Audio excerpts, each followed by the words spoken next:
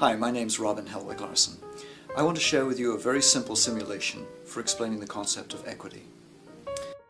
The way that we're going to do it is we're going to take a piece of paper and draw it up into 4 areas, like this. And we're going to make a very simple balance sheet here. A balance sheet is a statement of what you have, which could be, for example, cash, or it could be a house, and a statement of where what you have came from. It could be because you own it, or you might have borrowed it from the bank. Now, if we say that a house costs a couple of $100,000, and we're going to represent every $100,000 with a chip. So we're going to use 4 colors of chips here: black, silver, red, and copper. And each chip is $100,000. And what you're starting with is your personal cash. You have $100,000 in cash. And you own that money. You don't owe it to anybody else. We're going to represent the fact that you own it with a black chip. What we have here is a simple balance sheet. What you have above the line is going to balance against where that came from below the line. And what you have and where it came from should always balance. Now, if you want to buy a house for $100,000, you take your cash, you buy the house.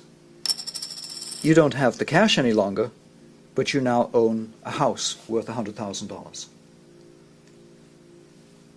And you own it. Let's assume that the house value is double, and you sell the house for $200,000. When you sell the house, you get 2 chips in cash. That means that your equity has doubled.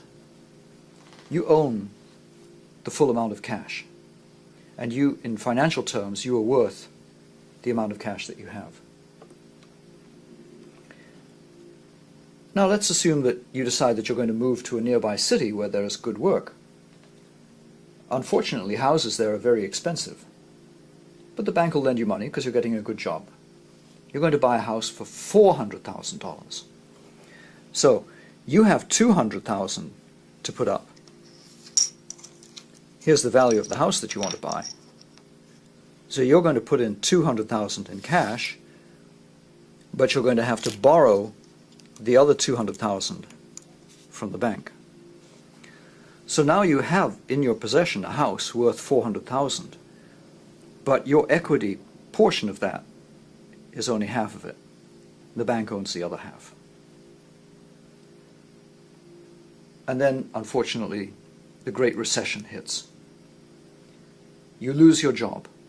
You can't make the loan payments, and you sell the house. But unfortunately, the house prices are falling because there are more people selling houses than people who want to buy at the moment.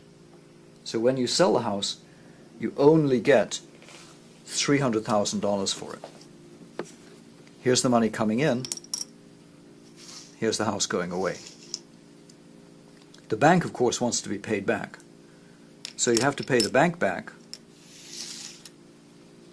and your equity has fallen. Your equity has fallen by the amount that the house value fell from the time you bought it until the time you sold it.